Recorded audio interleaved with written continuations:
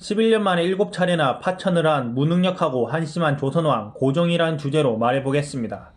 고종은 계명군주, 의로운 군주, 조선을 지키려고 했던 군주 등 온갖 거짓말로 고종을 포장하고 있는 좌파들의 거짓된 민낯입니다.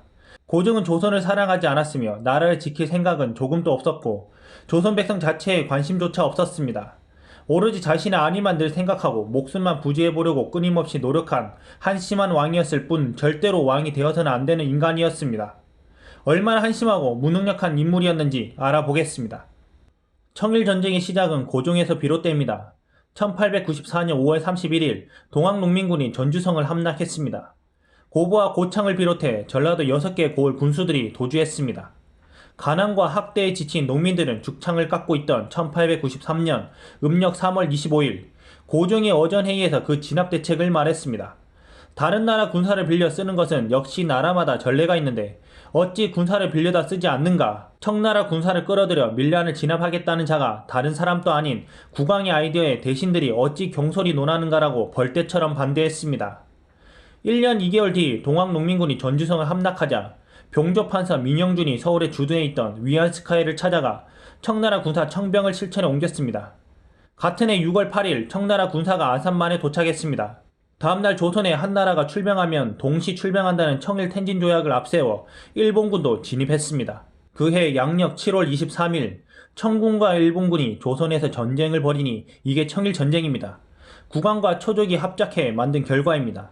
이후 나라는 외세에 짓밟혀 만신창이, 조선반도는 피바다가 되었습니다. 백성들을 사지에 몰아 죽인 자가 바로 고종이었다는 사실입니다. 나라를 썩게 만들며 백성들을 죽인 왕 고종은 자신만 목숨을 연명하려고 이후 7번이나 탈출할 계획을 세웠습니다. 한 번은 성공했고 나머지는 미수에 그쳤습니다. 1894년 청일전쟁 와중에 미간파천과 영관파천 미수 각 1회, 1896년 왕비 민씨 살해 사건 직후 선고한 아간파천 1회, 1897년 대한제국 선포 직후 미간파천 미수 1회, 1904년 러일전쟁 직전 미간파천 미수 1회와 1905년 러일전쟁 도중 미간파천과 불간파천 미수 각 1회, 도합 5개국 7회입니다. 쪽팔리는 고종 역사입니다. 우선 미간파천입니다. 일주일이 지난 6월 18일 주한미국공사 실이 미 국무장관 그레셈에게 전문을 띄웠습니다. 내용은 이러했습니다. 이미 파천 문제가 언급됐다. 청일 양국이 진입하면서 고종이 망명 여부를 타진했다는 것입니다. 청일 양군이 개입하자 6월 10일 이미 농민군은 외세 개입 불가를 주장하며 광군과 휴전협정을 맺고 군사를 해산했습니다. 밀란이 해소됐으니 이제 굳이 남의 공사관으로 도망갈 이유가 없었습니다.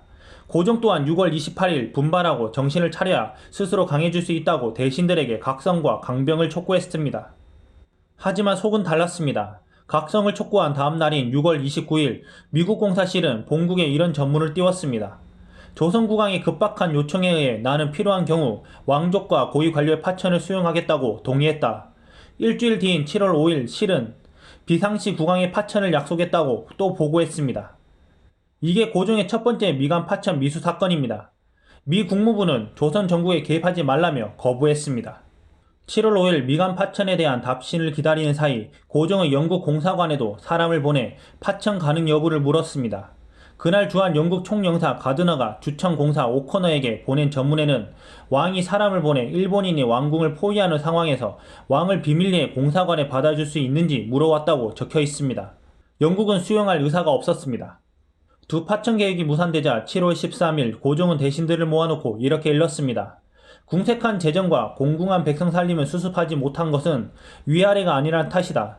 나는 두려운 마음으로 자다가도 일어나 경계하고 가다듬어 정치를 일신하려 하니 깊이 반성하고 내 뜻을 선양할 책임을 다하라. 말과 행동은 너무나도 다른 한심한 통치자 고종입니다. 1896년 아간파천은 성공했고 1897년 두 번째 미간파천은 미수에 끝났습니다. 1897년 12월 24일 황제는 극비리의 내시 한 명을 미 공사관에 보내 파천을 요청했습니다. 이에 공사 알렌은 최악의 상황이 될 것이라며 파천을 거부했습니다. 고종이 원구단에 천제를 올리고 황제에 등극한 지 2달 만이었습니다. 이듬해 1월 24일 이 사실을 알게 된 러시아 공사 슈페이에르가 항의하자 고종은 결단코 그런 일 없다고 부인했습니다. 1904년은 종초부터 만주를 두고 러시아와 일본 사이에 전운이 감돌았습니다. 조선 팔도에 일본군이 속속 상륙했습니다. 1월 2일 알렌은 대한제국 고위 관료로부터 황제가 파천을 원한다는 간접 요청을 받았습니다. 알렌은 전쟁이 터지면 황제가 다른 고위 관료와 함께 공사관으로 오겠다는 요구를 명백하게 거절했다고 본국에 보고했습니다. 2월에 똑같은 요청이 들어오자 알렌은 이 또한 거절했다고 보고했습니다.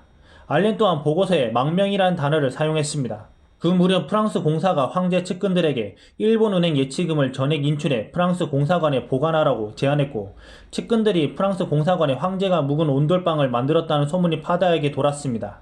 때를 맞춰 무장한 프랑스 해군 39명과 장교 2명이 입국했습니다. 전쟁이 한창인 1905년 1월 19일 알렌은 또 황제가 파천을 간청한다는 요청을 조선 관료로부터 접수했다고 보고했습니다. 알렌은 황제가 공사관 담을 넘더라도 내쫓겠다고 보고했습니다.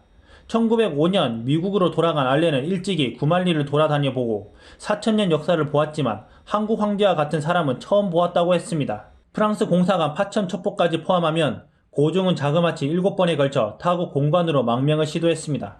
그때마다 나라는 어지러웠고 더더욱 지도자가 필요한 때였습니다.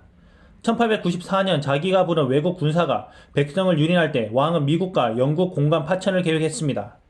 아간 파천 1년 동안 숱한 국가 재산이 러시아와 미국으로 넘어갔습니다.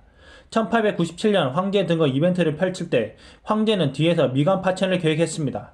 1904년 나랏돈을 들여 왕이 등거 40주년 행사를 준비할 때 황제는 뒤에서 미국 공관으로 숨어들기를 원했습니다. 1905년 나라가 만신창이로 쓰러질 때 황제는 또다시 미국과 프랑스의 몸을 기대려 했습니다. 열강 그때마다 자기네 국익을 앞세워 파천을 거부했습니다. 조선왕 고종을 비판할 내용이 너무나 많아서 오늘은 여기까지만 하겠습니다.